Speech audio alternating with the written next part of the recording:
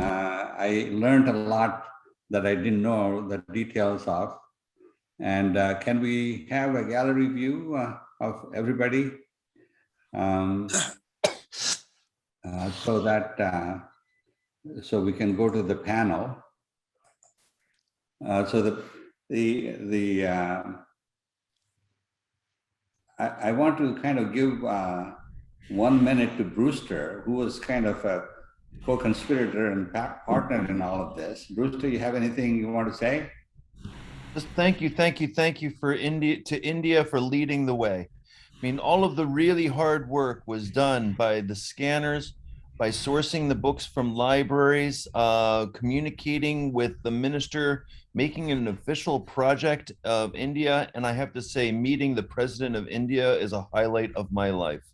So I have a picture to show that.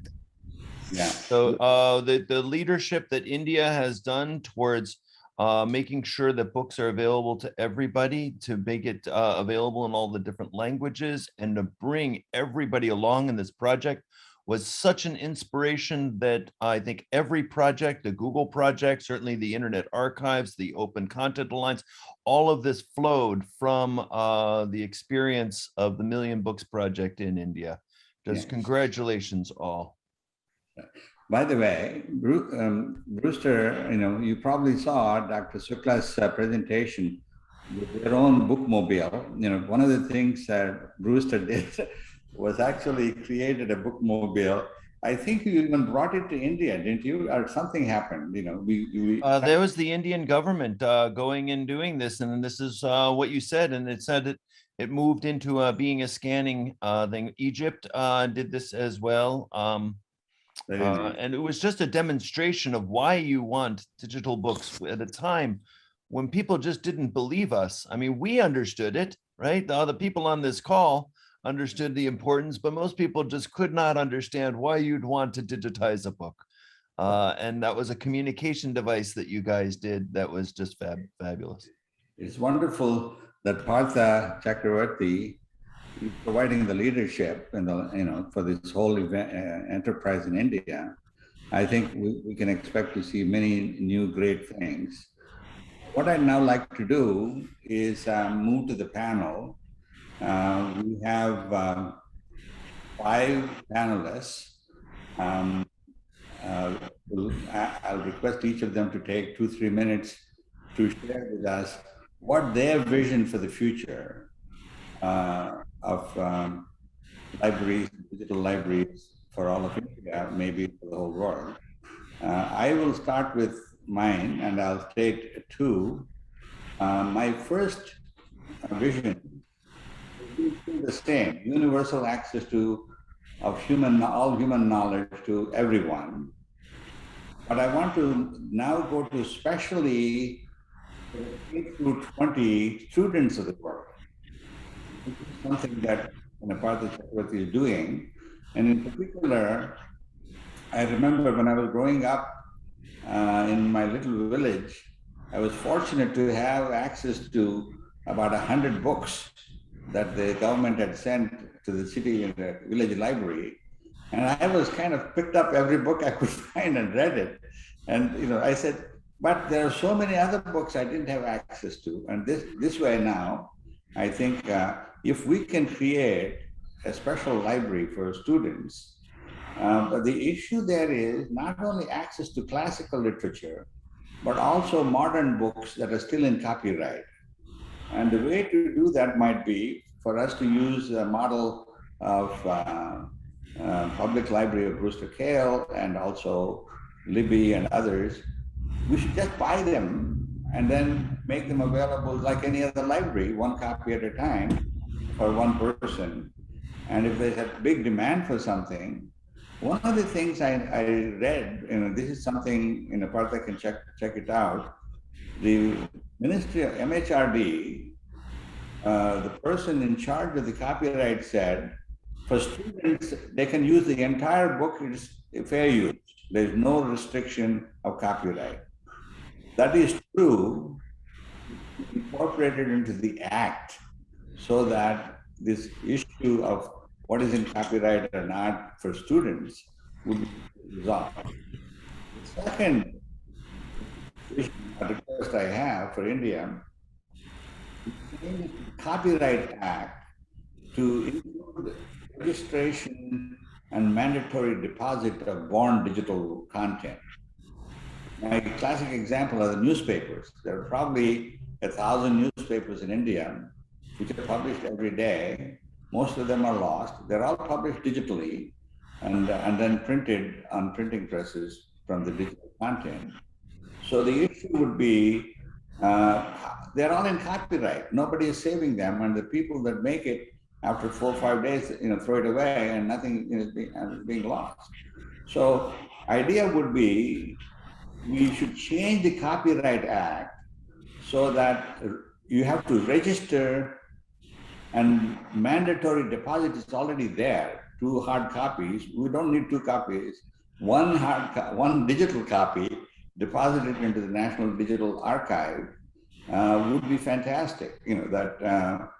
And the issue then would be, if somebody doesn't register, then the Act should say, if a book is, it may still be in copyright, you may still own the right, but it is not, the fines for violation of that copyright would be nominal, like the price of a cup of coffee or the cost of the book or something, 10 rupees, 100 rupees or something. And that would kind of relieve everybody, even if I'm misusing something I don't know. The creation of the National Digital Archive capture all the born digital content, including those in copyright. If I produce some book or something, I should be able to copyright, and you can use it for 20 or 50 or 100 years. That's okay, but at least it's captured. It won't be lost forever. So I think those are the 2 things I hope will be done. Next, I'd like to request Yashwant Bhave to share us with his vision for the future.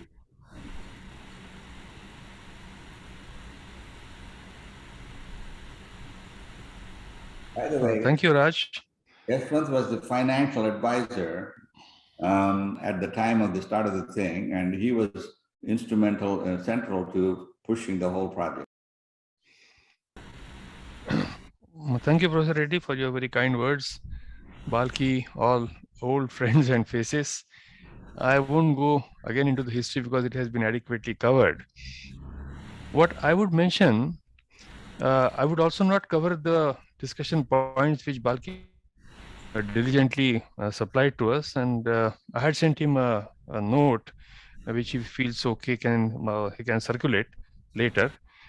But I would feel that DLI mission, as you mentioned, is absolutely clear. But from the Indian side, one could have, unless we already have, and I think Secretary would be in a better knowledge, to have mission something like this to enable India to take its rightful place in the Committee of Digital Nations for knowledge dissemination. Our vision could be, these are of course, they are homilies, but unless they are the sort of guiding beacon, the others don't follow. Other actions don't follow. The vision could be that India to be avant-garde in knowledge dissemination. That could be the vision. Now, for this, there are a couple of things which I had in mind. One is a portal which can have the best practices sharing. What happened in Qatar, what you had given 4C framework to Her Royal Highness, and what is the experience there, because that talks of compulsory licensing and so on. Experience of scale on the internet archives, especially the legal issues, what has been settled, what has not been settled, and so on. Plus, of course, other sort of experiments, both successful and unsuccessful. Second point, moving for future would be, for Indian context, I feel that machine-aided translation is particularly relevant. To what extent it is accurate or not, I'm a bit out of date. I however, recollect my father learned German only to be able to read Goethe in the original form.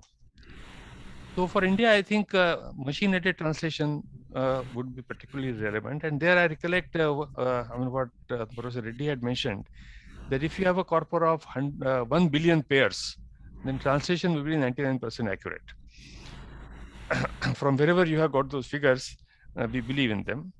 So that is one building corpora. In India, of course, building corpora is not too difficult, at least in some languages. Third is to have these books, especially modern books, to make them available to children, professors, and so on. I recollect that we used to get on, I'm talking about copyright, that you used to get, and even now you may be getting, I don't know, scanned pages from the professor or instructor so that we could read them to prepare for this and get cold calls next day morning. Now, was that in copyright? I don't know, because it was limited to that section. So that something like that could be sort of considered through CSR from corporates, maybe limited to their own remit, but at least that's a starting point. I will take from what fair use already. That can be done. Yeah. Fair use globally. Yeah, it's fair use, but I mean, going forward, the CSR can be used as one of the question mentioned by the corporates to buy out, say, copyright or IPR, and put it on some server, say schools and colleges and universities, for use by, let's say, up to 10 people at one time. I mean, similar thing like what happens, you sort of, loan a book or 2 books and so on. And that might work. And I think I did that concept in the Smart City project in Pune, where I happen to be on the board. Coming from Rajiv Singhal, I mean, he was looking back from a future of DLI and looking back today. I'll only paraphrase. In 2051, when we would have our golden jubilee, somebody would make a speech something on the following lines: 80 years ago, our visionaries brought forth upon the globe a new world order, conceived in the inclusiveness, powered by digital transformation, dedicated to the proposition that all have equal right to universal access of knowledge, free of cost, regardless of place and endowments, and that free knowledge for the people shall not pay. That may be happening in 2051. Thank you very much. Thank you, Yashwant. That was great. I would like to request Ajay Sahani to comment on what he thinks the future holds. So the conceptualization of born digital being in some agreed manner always available in a digital form, and along with the protection of its copyright as long as it subsists, and in fact it will help in even for authors and copyright holders to actually be assured that what they have done is perennial. It's a permanent resource, and that whatever is the subsisting copyright or whatever is the applicable copyright, they will be able to get the benefit of that, because that would be prominently there in the metadata of that resource. So that concept of born digital, I think, is a very important concept, and it sounds simple, elegant. It's not going to be easy to implement. There needs to be a consensus that actually cuts across borders to really make it happen. So it again needs a non-trivial amount of work to go into it. The second point, but it's a goal worth pursuing. The second point that I would like to mention. Ajayji, Brewster Kahle and I are working on it to see how we can streamline all of that so that everybody will be forced to deposit their digital works. Otherwise, they'll essentially lose copyright. They don't lose it, but the price they pay is nominal. If you violate that, and if you don't register it, you only pay my 10 rupees or something. Go ahead, please. Sir, I think that will go a long way, sir, in creating an elegant framework which lays down the rules, or the framework which is clear for everyone and which enables authors to get their due and enables readers and users across the globe to also get their due, their right to actually access a huge amount of material which is otherwise not available or might be lost. I think it's really waiting to be done, sir, and if we can help or participate in that exercise, I'll be very happy to do that even on a personal level.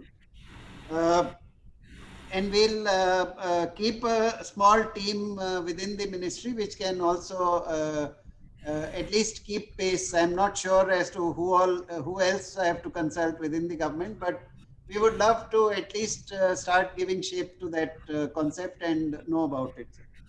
The second point I wanted to make is that a major mission, a national language translation mission, has actually been announced by the Honorable Finance Minister, and it'll be soon. It's also taking an excellent shape currently. And we have been able to find some extraordinary partners who are doing a pro bono kind of a contribution to this. Sri Nandan Nilekani and his team, which actually worked on Aadhaar architecture, the national ID architecture, and its entire sort of ecosystem, are helping us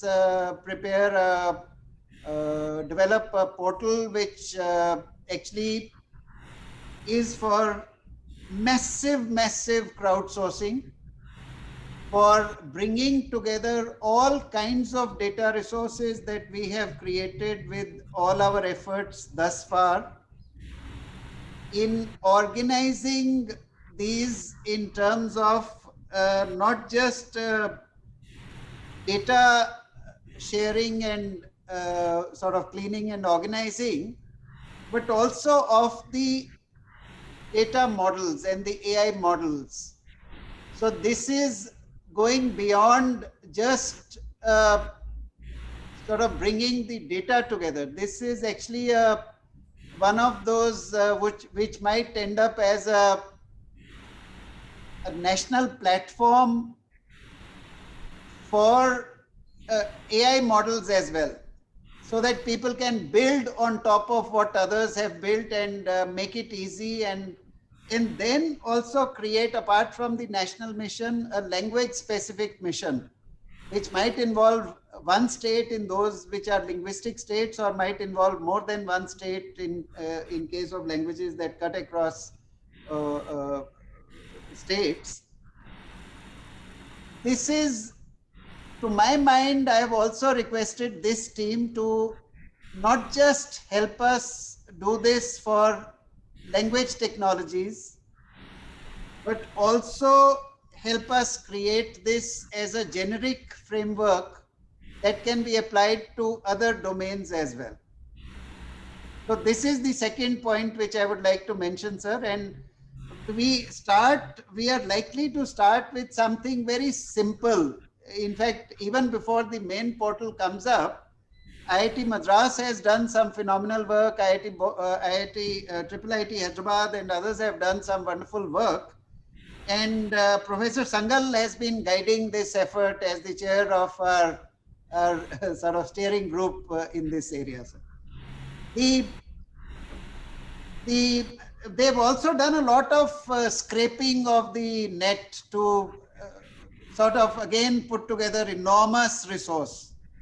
Again, as in case of our digital library, there are several conflicting views about what one can do with data scraped from the internet. And so we are also looking at that as we sort of move forward, but that's another aspect which is not just for books or scanned books, but it cuts across what's available across the internet.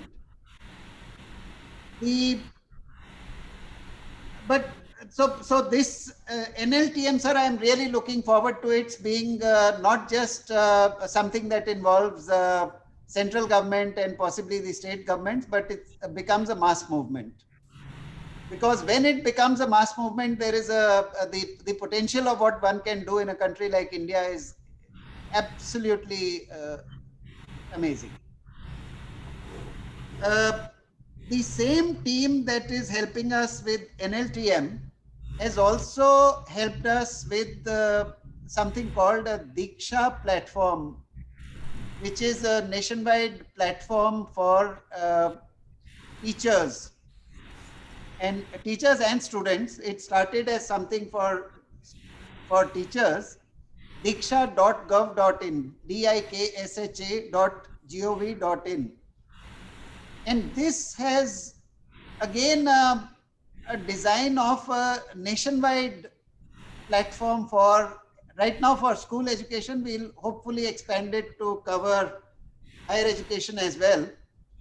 And on top of this, sir, we have actually created Diksha is just the sort of the initial part of what would be the national digital education architecture.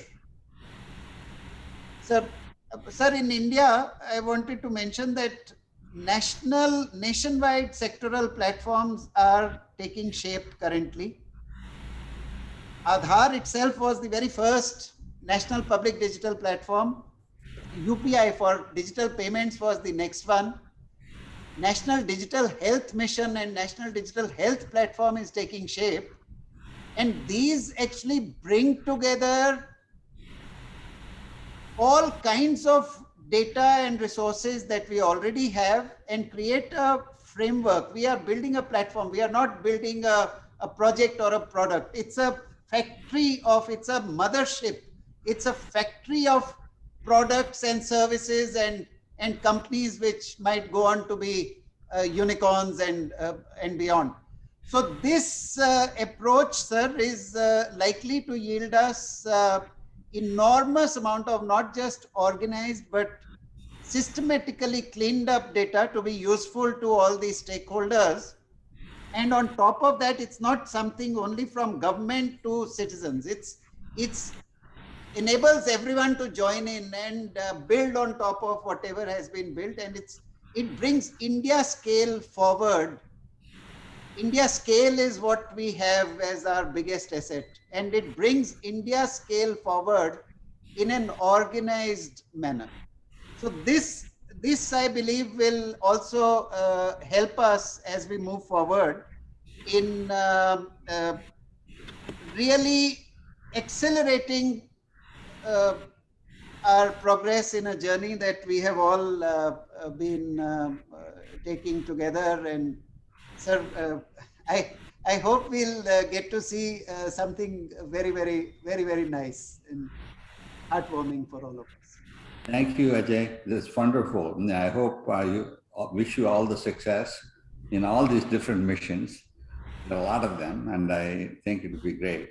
Now, I'd like to call on Dr. Partha Chakravarti, share his vision. So thank you all. It's wonderful to be part of this whole set of discussions. I would like to, only add certain points which I had in mind have already been spoken by several of you. I would like you to consider that if our vision is to gather, make accessible, and create value of knowledge, then the first thing that we have to remember is that knowledge is no longer in books. The way they are getting created now is not just text, not just digital text or digital multimedia. So, and what will happen to this in the next 10, 20 years is a very important thing. Now, how do we gather all this knowledge? Other than scanning content created by writers, authors, newspapers, I think it is very important to look at pictures, oral, and various kinds of very quickly prepared video material. And in order to do that, we really have to reach out to almost everybody in this country and the world who have access to some knowledge and provide that. That means, for example, we were trying to work out just to find out all the flowers and species that are available in India. Can we work with all the school children to take those photographs, annotate it, and put it back to us? So the way knowledge is going to get created must be done by the people, and it can be done by the bottom of the pyramid.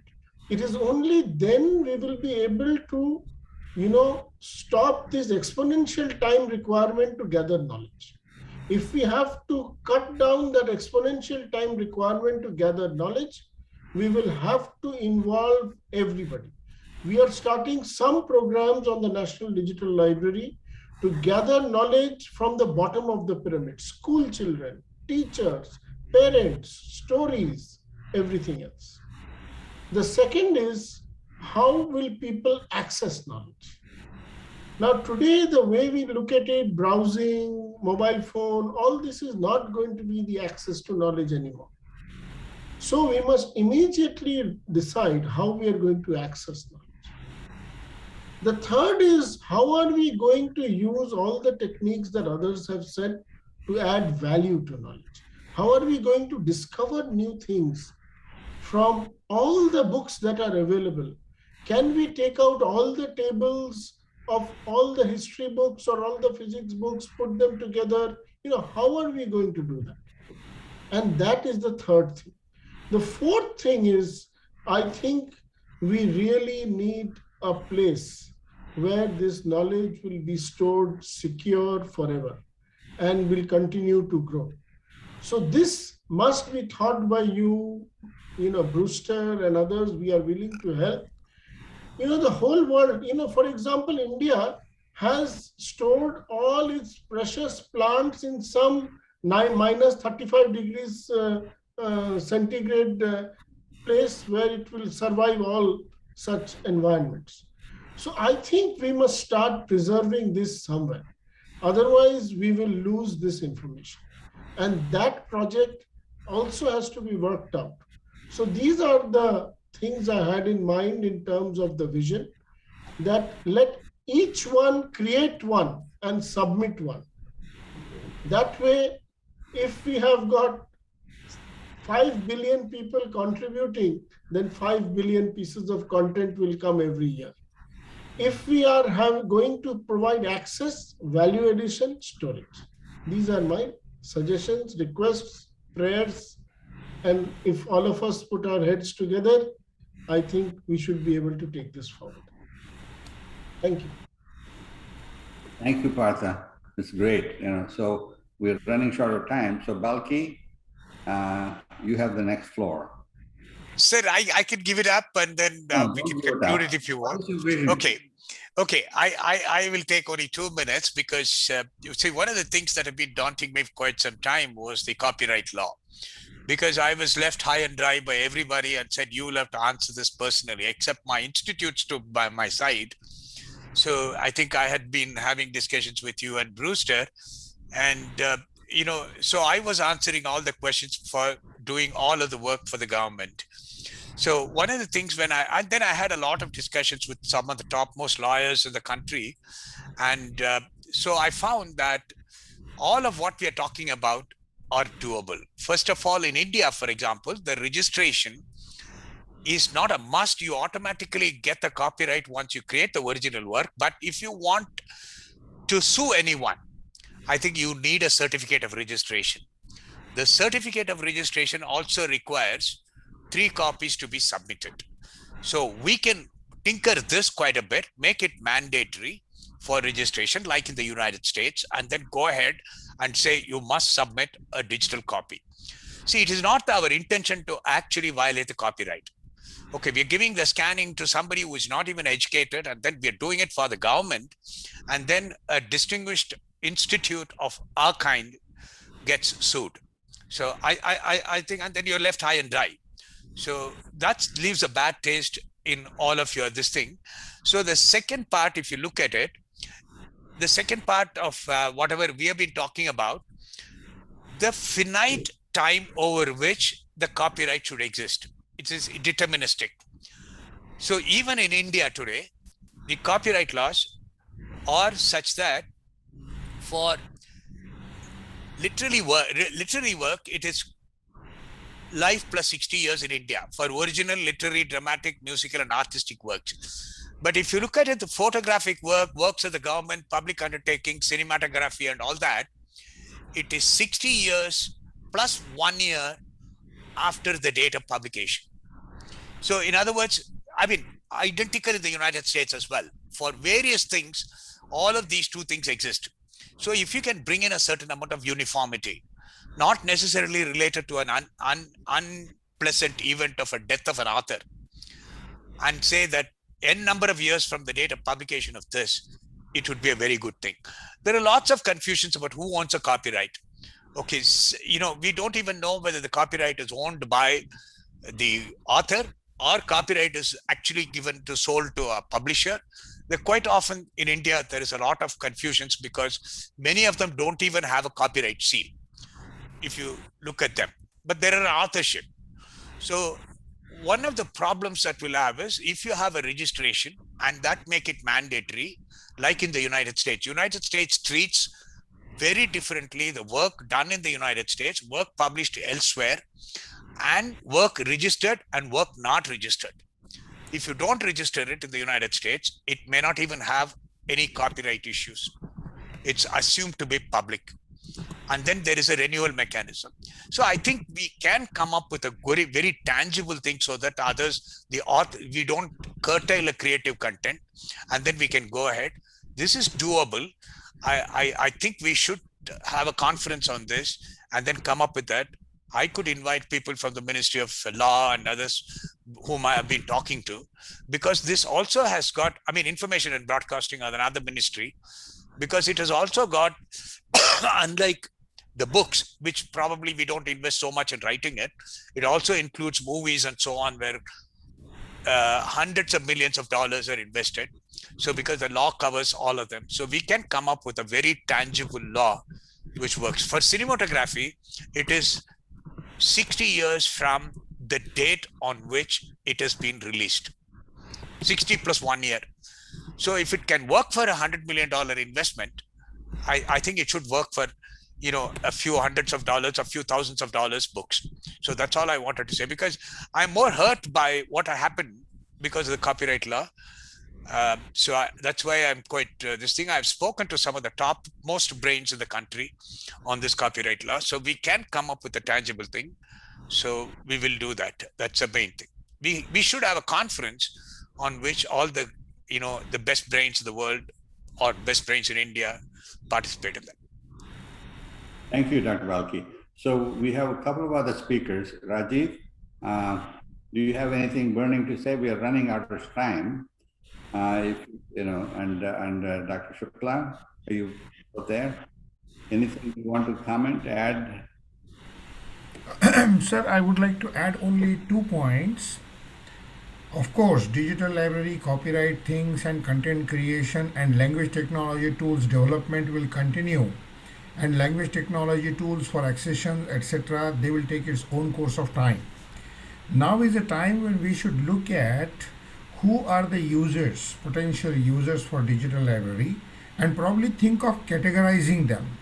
Why I'm saying so? Because nowadays, with the evolution of social media and internet and mobile phones and all, users have changed their habit and they are interested in capturing a knowledge not from a complete book but from a complete point only.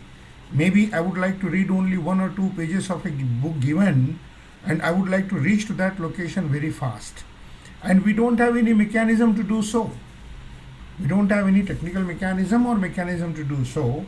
If I'm a voracious reader, I would love to read a book, because knowledge transfer after reading a book to the reader is tremendously different. But that particular difference is losing its own course of actions and the interest in newcomers. So for that purpose, we really need to categorize users. That is one point I wanted to make. Second point, I am still not very clear. Of course, Dr. Balki has pointed out copyright thing, and I have been having argument with register copyright in India many times. I am still unclear about one thing. If a book is there in the library where I am a member, I am able to read it and get the benefit of transfer of knowledge from that book to me. But why so should be there in a digital library that book is available? If I am interested in some commercial aspect of downloading that book, it comes under Article 420 of Indian Penal Code. So it should be treated there.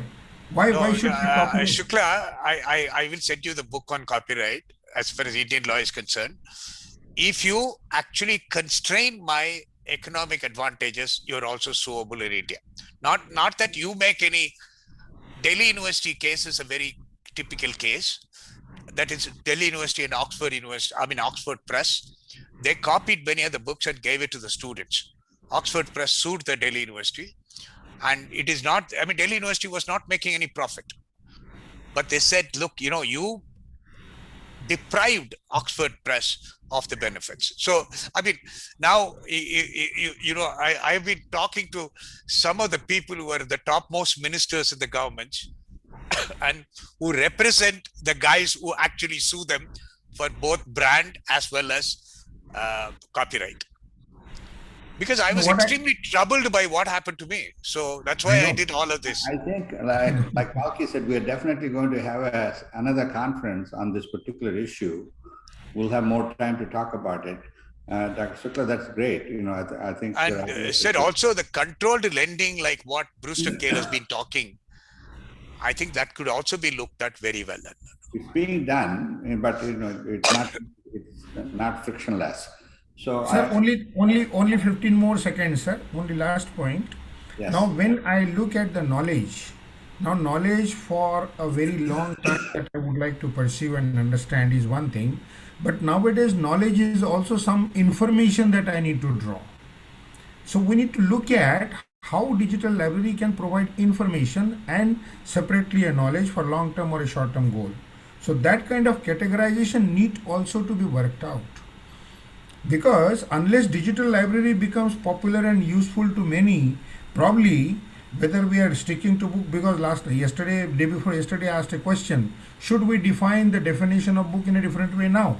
You said no, sir, no, Shukla, we have to do the same way as it is. So I'm just adding to that particular discussion. Yeah. Thank you, sir. Thank you. Rajiv, are you there?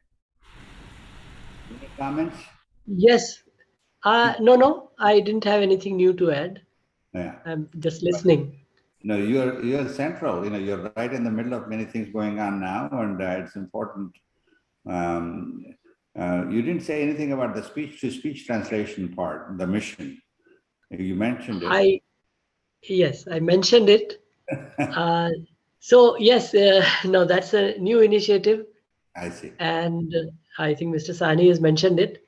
The mission is about to start, and large number of institutions and building the entire ecosystem, not just the research part, but also the delivery part, startups, and most importantly, creation and collection of data, large and big data. So those are some of the major things. Is this the same as translation mission or is it separate mission? No, it's the same. It was named. So translation, I kind of misunderstood it as saying it's text-to-text translation. What you're saying is No. it's more text-to-text. It is speech to speech. I see. Actually, the language technology mission, somewhere it got initially, I think in some important place, it got mentioned as language translation mission. So it's everything to do with all the technology to do with languages. Now, if speech-to-speech technology comes up, I think Election Commission of India would be very happy because that is what they need for control, monitoring and model code conduct and all. Professor Reddy, you're muted. Balki, you've been monitoring the chat. Are there any burning questions? See, one of the nice things that is from Dr. Brewster Kahle is that we should develop countries that are friendly to digital libraries, and India has been a leader, so I think we should work on that. And he's talked about the controlled lending. And so Shukla had said something about it is only applicable, print them for commercial interest, but that's not true. Even if you constrain me from any of the benefits, it will be there. And libraries are mostly filled with copyrighted works. I suggest we need to find a way that digital libraries can hold and make accessible copyrighted works. Okay, so that's another point where we could think in terms of like what Bhave said about CSR funding coming and for the rights to use can be actually bought. Libby and Overdrive are making it possible to access copyrighted works like in the library for digital, and it works pretty well. I a book from the library every day, every week. However, I was surprised to hear from Brewster that not all books are available that way. Apparently, some people. Yes, sir. That's true. And so that's something that could be put into the copyright, the copyright law, saying if you're selling a hard copy book, you should also make a digital copy book with appropriate restrictions available, and it can be, held up, and so basically, there's a lot of interesting work that has to be done. Hopefully, we can make some progress in the next few years. Thank you, Dr. Balki. If there are no other questions, I request Balki to... There is only one question, sir. I'll tell you from Ram Konduru, and he being the chief organizer, I should read that. I will be failing in my duty. This question is for Ajay ji. You mentioned that cultural preservation, a priority in your talk. When I visit iconic museums in India like Saraswati Mahal and Salarjung, I see examples of art that the world does not know about and could not be lost forever. A good example is an over 200-year-old pictorial representation of the Ramayana on the canvas of Saraswati Mahal. Mighty under your leadership may want to make digitization and open access of such historic art all over. Actually, this work is being done by DST, Preservation of Our Culture. I can send the details to DST has funded this work extremely generously. And it's also, the scanning of the structures like Professor Raj, you did that with Jaime Carbonell and Pradeep Khosla in China. The big scanners which scan the whole building. I think DST has done that for 2 or 3 heritage buildings and the heritage work. So I can send that details to Ram. So they have been. I think. But Ajay can answer because the question is to Ajay. Yeah, Ajay. Yes, I think it's a great suggestion. Apart from DST, Ministry of Culture has been also working on something like this, and right now with Azadi Ka Amrit Mahotsav, which is 75 years of independence. Correct. A number of new programs are being taken up, which also emphasize on preservation of the heritage. Apart from that, CDAC itself, one of the scientific societies associated with MIT, has done some similar work. So I'll explore this further and see what way we can make it happen more systematically and with a larger scale. So let's try to do that. Thank you, sir. Brewster, you have the last word. You guys are doing great. Let's work together. Let's leverage each other's laws and build a complete digital library together. You have forged international relationships. Let's keep those international relationships going. If I can be helpful in any way, please let me know. Really the area of copyright is the area that we need action. And just because somebody sues us or even threatens us is just a reason to know that we're making progress, and we should make sure that things go right. But it's the only way that there will get clarity in some of these areas. Thank you. Thank you very much, sir. On my own personal behalf, I wanted to thank everyone who actually spoke today and took part in the panel discussions, and also thank you and all the organizers for a wonderful meeting. 4 days of great learning, and thank you very much. Thank you, Valki.